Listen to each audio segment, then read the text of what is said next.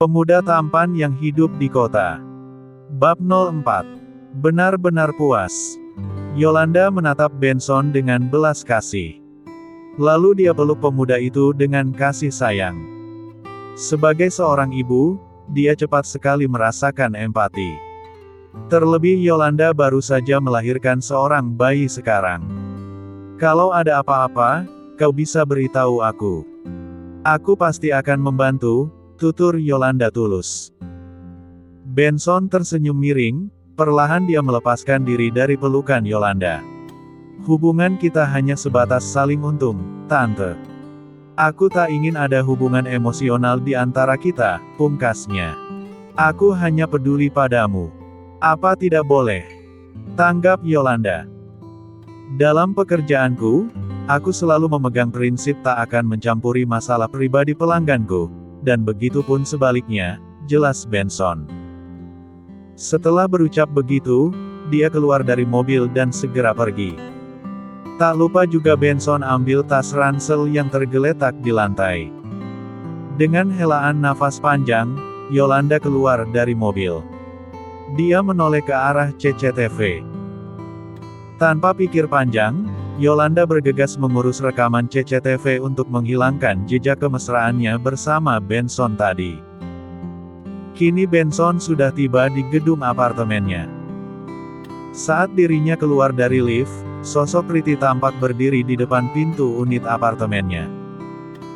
Perempuan itu melambaikan tangan sambil tersenyum. "Ada apa? Tumben sekali kau ke sini," tanya Benson sembari membukakan pintu untuk Priti. "Biarkan aku masuk dulu. Kita bicara di dalam saja," jawab Priti. Dia masuk ke unit apartemen Benson, lalu duduk ke sofa dengan pose kaki menyilang. Priti memasang tatapan selidik. Atensinya tertuju pada seragam sekolah Benson. "Kau baru pulang sekolah di jam selarut ini?" tukasnya. "Aku ada urusan," sahut Benson.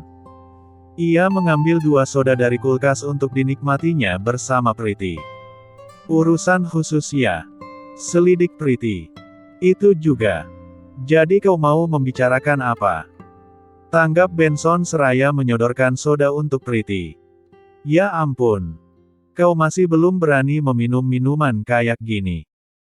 "Payah sekali," komentar Priti. "Bukannya nggak berani. Aku hanya berjaga-jaga karena aku masih sekolah," balas Benson. "Terserah." Priti membuka tutup soda dan segera meminumnya. "Ada pelanggan baru.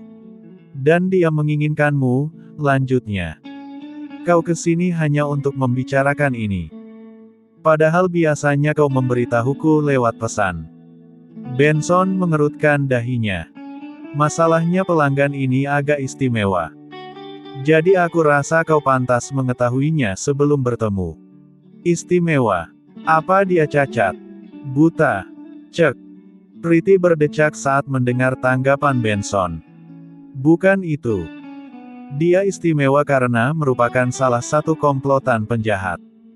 Bisa dibilang wanita ini adalah salah satu anggota mafia. Dia melakukan banyak kejahatan di negeri ini." Terangnya panjang lebar. Kelopak mata Benson terbuka lebar. "Aneh sekali. Kenapa orang semenakutkan itu membutuhkan jasaku?" tanyanya. "Aku tak tahu. Aku juga heran dengan itu. Karena itulah aku memberitahumu dulu kalau nanti sesuatu yang tak diinginkan terjadi. Misalnya dia bisa saja menjebakmu untuk keperluan bisnisnya," sahut Priti. "Tidak. Kau sebaiknya tolak saja pelanggan seperti itu," tegas Benson. "Aku sudah mencoba melakukannya. Tapi dia malah mengancamku. Aku rasa dia bukanlah pelanggan yang bisa ditolak. Dia penjahat, bisa saja dia membunuh kita karena hanya ditolak. Lalu bagaimana denganku? Bagaimana dia membunuhku saat aku berolahraga dengannya? Itulah alasanku ke sini. Aku harap kau bisa bersiap dan jaga diri." Priti mengulas senyuman singkat. "Kau gila." Benson sudah merasa panik. "Dengar, sepertinya dia sangat tertarik padamu. Dia langsung menanyakan namamu saat pertama kali menghubungiku, ungkap Priti. Benarkah? Boleh aku lihat percakapan kalian? Tidak. Karena kami bicara di telepon. Sial. Benson mengelus kepalanya berulang kali karena bingung harus bagaimana. Aku berpikir begini. Kemungkinan dia tahu sesuatu tentangmu, Ben. Maksudku tentang masa lalumu, termasuk keluargamu, kata Priti. Dia sengaja mengiming-imingi begitu agar Benson tidak takut dan bersedia menerima pelanggan yang sekarang dibicarakannya. Mendengar ucapan Priti itu, Benson pun tertarik. Perempuan tersebut memang ada benarnya. Lagi pula sejak dahulu Benson sangat penasaran dengan keluarganya. Baiklah kalau begitu. Kapan aku akan menemuinya? Tanya Benson. Lusa malam nanti, jawab Priti. Berarti kau sudah dipastikan mau ya? Karena aku akan langsung mengkonfirmasi ini padanya. Iya. Benson mengangguk. Kalau terjadi apa-apa, telepon saja aku. Malam itu aku akan bersiaga untukmu, kata Priti. Dia segera menghabiskan sodanya. Arur. Seketika suara sendawa Priti menggema. Benson tergelak mendengarnya. Dasar tidak tahu malu. Cibirnya. Aku memang selalu tak tahu malu kalau di depanmu, tanggap Priti sembari berdiri. Ya sudah, aku pergi, pamitnya yang langsung beranjak dari unit apartemen Benson. Usai Priti pergi, Benson membersihkan dirinya ke kamar mandi. Selanjutnya dia beristirahat. Benson tertidur dalam beberapa saat. Ketika waktu menunjukkan jam 9:30 malam, ponsel Benson berdering. Itu terus berdering tanpa henti. Sampai akhirnya Benson dibuat bangun karenanya. Benson periksa ponselnya. Nama Leo terpampang di layar ponselnya. Lelaki yang meneleponnya itu adalah salah satu anggota pemula di bisnis Special Friend. Sambil berdecak kesal, Benson angkat panggilan Leo. Ngapain nelepon berkali-kali begitu? Timpal Benson. Tolongin aku, Ben. Please. Kayaknya aku sudah melakukan kesalahan. Aku nggak tahu harus bagaimana. Aku sekarang sedang di klub Star King, kata Leo dari seberang telepon. Kenapa? Apa yang terjadi? Tanya Benson. Namun Leo tak menjawab lagi. Lelaki itu mematikan panggilan telepon begitu saja. Saat Benson mencoba menelepon balik, Leo tak mengangkat panggilannya. Ni anak bikin khawatir aja, gumam Benson seraya melompat dari tempat tidur. Lah segera bersiap untuk pergi menyusul Leo ke klub malam. Sambil berjalan ke parkiran, Benson mencoba menghubungi Priti. Ia memberitahukan apa yang terjadi dengan Leo pada perempuan tersebut. Kau duluan saja. Aku akan segera menyusul, kata Priti dari seberang telepon. Dengan motor sportnya, Benson melaju di jalanan. Ia menghindari mobil-mobil di jalanan dengan gesit, bak seorang pembalap handal. Tak lama, tibalah Benson di klub Star King. Dia segera memasuki tempat itu. Untungnya Benson memiliki koneksi dengan penjaga di sana. Jadi dirinya tidak kesulitan masuk ke sana. Suasana klub malam yang gemerlap serta heboh dengan musiknya seketika menyambut. Benson mengedarkan pandangan ke segala arah. Namun bukannya menemukan Leo, Benson justru menemukan sesuatu hal yang lebih mengejutkannya. Dia menyaksikan Clara menari di lantai dansa. Benson mengerjapkan matanya sambil menggeleng. Dia takut kalau dirinya salah lihat. Tetapi setelah diperhatikan baik-baik, gadis yang sekarang dilihatnya memang adalah Clara. Kekasih Benson sendiri. Tanpa pikir panjang, Benson langsung menghampiri Clara. Meski menari di lantai dansa, gadis tersebut hanya bersama teman-teman ceweknya. Yang membuat Benson heran bukanlah keberadaan Clara di klub. Akan tetapi bagaimana gaya gadis itu. Clara tampak mengenakan barang mahal. Dari mulai dress, jam tangan, dan sepatunya. Gayanya bukan seperti gadis yang biasanya Benson lihat.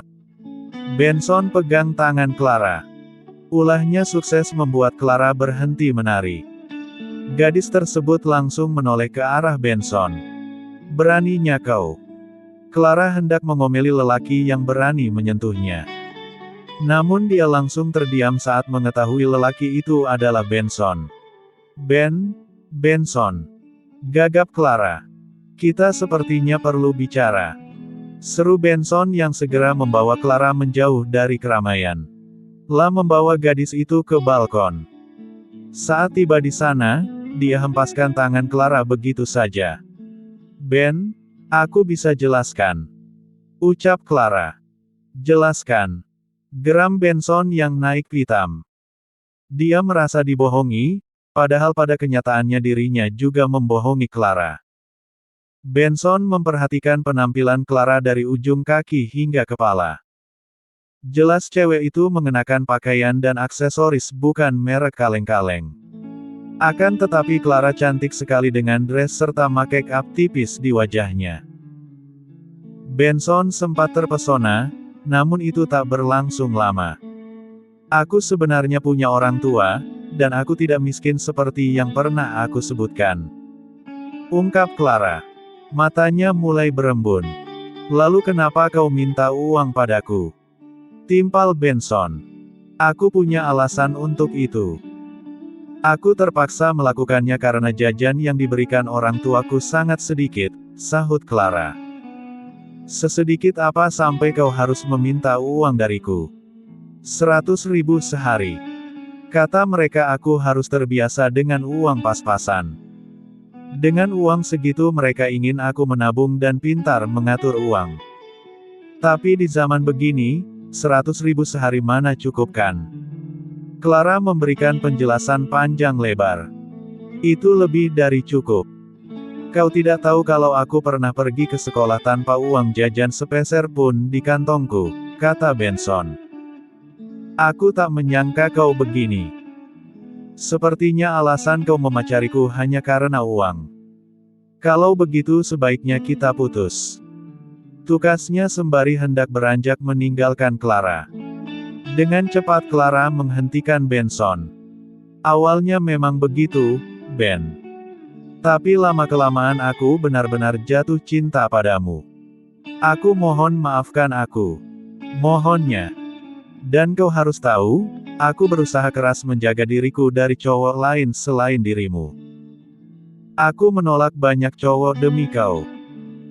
Karena aku hanya ingin denganmu, aku hanya ingin disentuh olehmu," tutur Clara tulus. Matanya yang tadi berkaca-kaca, kini perlahan meneteskan air. Benson mendengus tak karuan. Ia tak tega melihat Clara menangis. "Sudahlah, jangan menangis," pintanya seraya menghapus air mata di wajah gadis itu. "Kalau nggak mau lihat aku nangis, jangan pergi. Jangan putuskan hubungan kita," tanggap Clara. "Kalau kau mau, aku akan membayar semua uang yang sudah kuambil darimu," lanjutnya. Dia peluk Benson dengan erat agar lelaki itu tak bisa pergi. "Kau memelukku terlalu erat," ujar Benson. Dia mencoba lepas, namun Clara justru semakin menguatkan pelukannya. Gadis itu mendongakkan kepala dan menunjukkan ekspresi memelasnya. "Maafkan aku dulu," pinta Clara. Benson tersenyum sambil membuang muka sejenak. Dia akhirnya luluh juga. Wajah cantik Clara itulah yang membuatnya selalu kalah. "Bisa-bisanya ada orang yang memaksa untuk dimaafkan," komentar Benson. "Berarti kita nggak jadi putus ya?" Clara menarik kerah baju Benson, lalu dia pagut bibir lelaki tersebut. Benson membalas kecupan Clara. Keduanya mengawali kecupan dengan lembut. Sampai lama-kelamaan kecupan tersebut menjadi intens. Benson yang tak kuasa menahan diri, mulai menjamah yang dimiliki Clara. Itu pertama kali dia lakukan karena biasanya Benson tak melakukannya karena takut Clara tidak suka. Karena tak ada perlawanan, Benson menguasai balon mungil Clara dengan satu tangan. Sementara tangan yang satunya sibuk mencengkeram apa saja pada Clara. Hamif. Clara mulai bergumam. Ia juga mencengkeram erat baju Benson.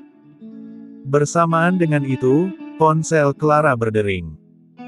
Namun gadis tersebut mengabaikannya karena terlalu terbuai akan momen yang dia rasakan bersama Benson. Ponsel terus berdering tanpa henti. Benson menjadi orang pertama yang mengakhiri kecupan. Lelaki itu juga baru teringat mengenai tujuan utamanya datang ke klub. Ia harus menemukan Leo. Kau sebaiknya angkat teleponnya. Sepertinya itu penting, cetus Benson sembari mendorong Clara menjauh selangkah darinya. Tapi, aku pergi bentar ya. Potong Benson yang langsung berlari meninggalkan Clara. Benson kembali memasuki area klub malam. Dia berlari kecil sambil mengedarkan pandangan ke segala arah. Bruk. Tanpa sengaja, Benson menabrak seseorang. Ponsel orang itu sampai dibuat terjatuh olehnya. Hei, punya mata nggak sih? Timpal cewek itu. Maaf. Benson buru-buru mengambilkan ponsel cewek tersebut. Ternyata pemilik ponsel itu adalah Amanda. Pupil mata Benson seketika membesar. Kau, ujarnya.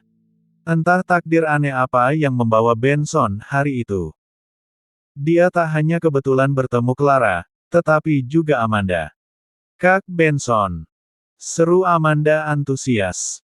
Mode judesnya tadi langsung hilang begitu saja. Ngapain kesini? Bareng pacarnya ya? Tanyanya. Benson tak menjawab. Dia hanya memeriksa ponsel Amanda. Benson nyalakan ponsel tersebut untuk memastikan rusak atau tidak. Tidak rusak. Nih.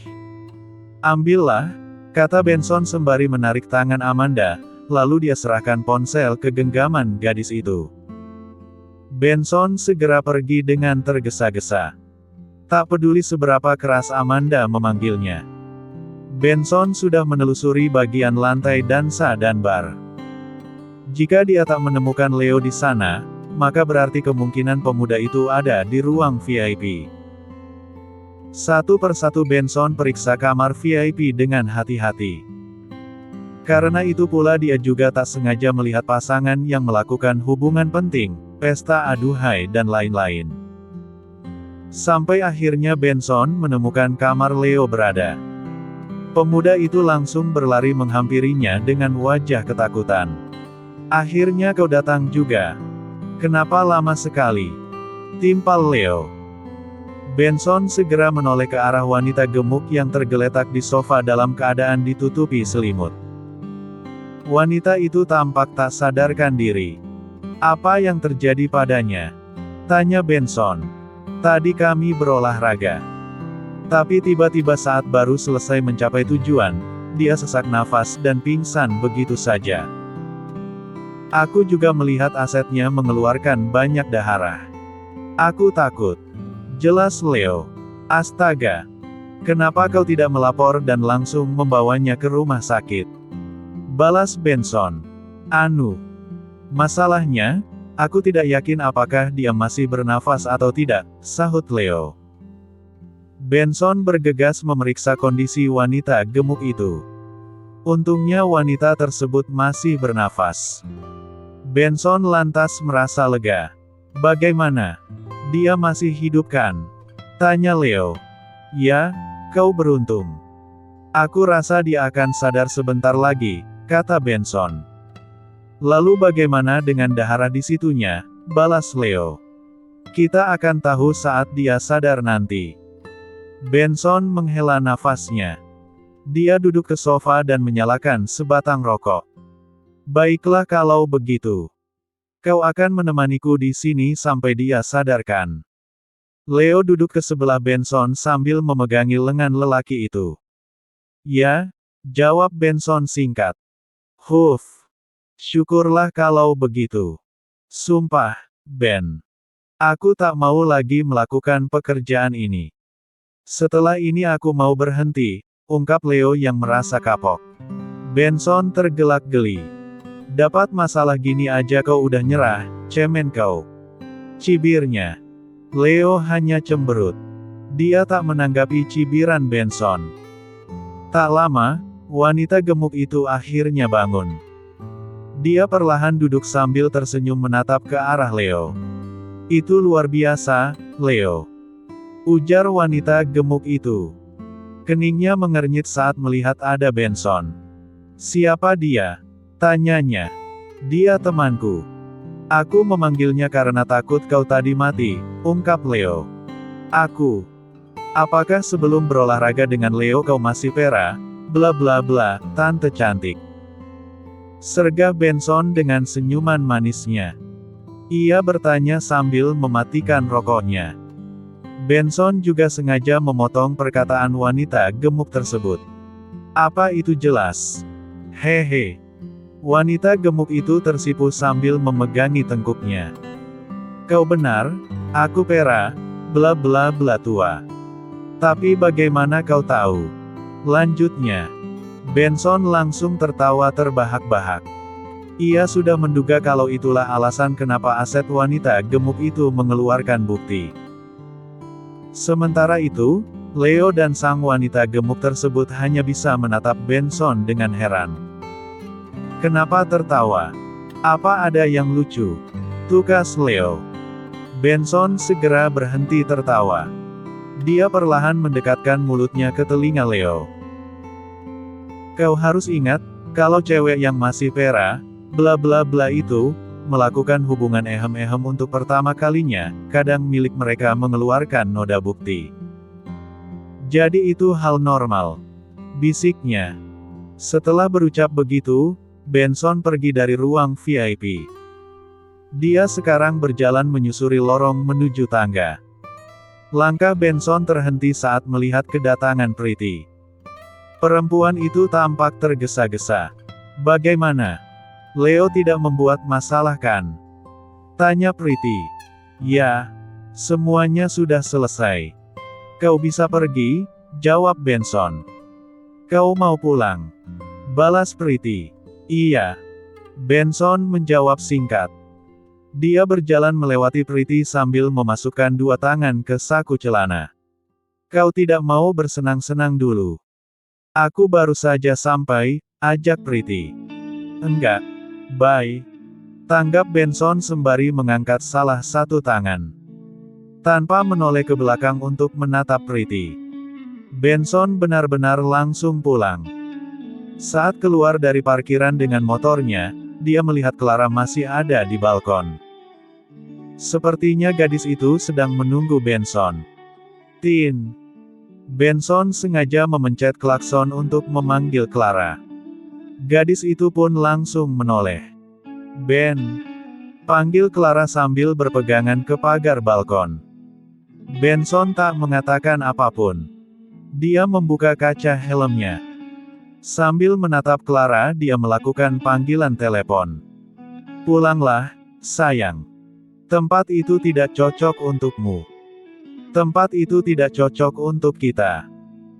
Kita bicarakan semuanya besok di markas, ucap Benson seraya mengembangkan senyuman tipis. Ya. Sampai ketemu besok, sahut Clara yang segera membalas senyuman Benson. Benson segera mematikan telepon. Dia tutup kaca helmnya, lalu melajukan motornya ke jalanan. Melihat aksi Benson tadi, Clara sedikit marah. Namun di sisi lain, dirinya juga terpesona pada tingkah cowok itu. Aku harusnya marah karena dia membuatku menunggu. Aku harusnya marah karena dia tak menawarkan tumpangan. Tapi dengan sikap begitu kenapa dia malah tambah keren? Clara menangkup wajahnya sendiri. Hatinya merasa berbunga-bunga. Memang terkadang kebanyakan perempuan menyukai bad boy. Tak peduli dengan sakit hati yang nantinya mereka akan tanggung sendiri. Clara. Di sini kau ternyata. Kenapa teleponku nggak diangkat? Amanda datang dari arah belakang. Amanda. Clara buru-buru menghampiri Amanda. Dia tampak tak berhenti tersenyum. Kau kenapa? Kayaknya lagi senang banget. Ketemu Chogan ya? Cecar Amanda menebak. Enggak. Aku ketemu pacarku, dan kayaknya aku makin tambah sayang sama dia, ungkap Clara. Pacarmu yang gak jelas itu. Timpal Amanda. Cek. Masih aja kau bilang dia cowok gak jelas ya. Clara langsung mengomeli Amanda. Dia emang gak jelas, Ra. Katamu dia punya orang tua angkat tapi nggak pernah terbukti kebenarannya. Selain itu, kau juga nggak pernah kenalin dia sama aku, jelas Amanda panjang lebar. Ya udah. Nanti aku kenalin dia sama kamu. Tapi jangan kepincut sama cowokku ya. Kalau berani main mata, masuk daftar kematianku kau. Tanggap Clara. Lebay. Emang seganteng apa cowokmu? Lagian aku udah punya coganku sendiri. BTW, tadi aku ketemu dia di sini loh, balas Amanda yang tak mau kalah.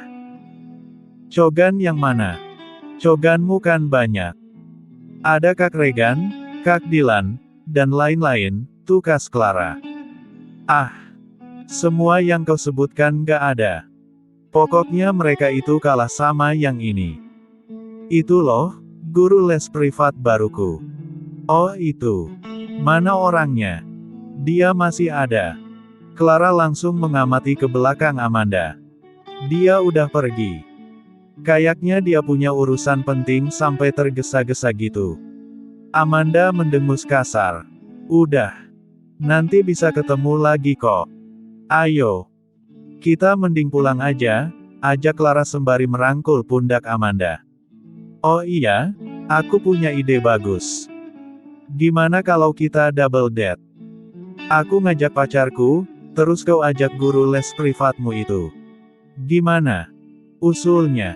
Ide bagus tuh, Ra. Nanti aku tanya deh sama dia, tanggap Amanda. Clara dan Amanda segera pergi meninggalkan klub malam. Keduanya tak tahu kalau sejak tadi mereka membicarakan cowok yang sama. Bersambung.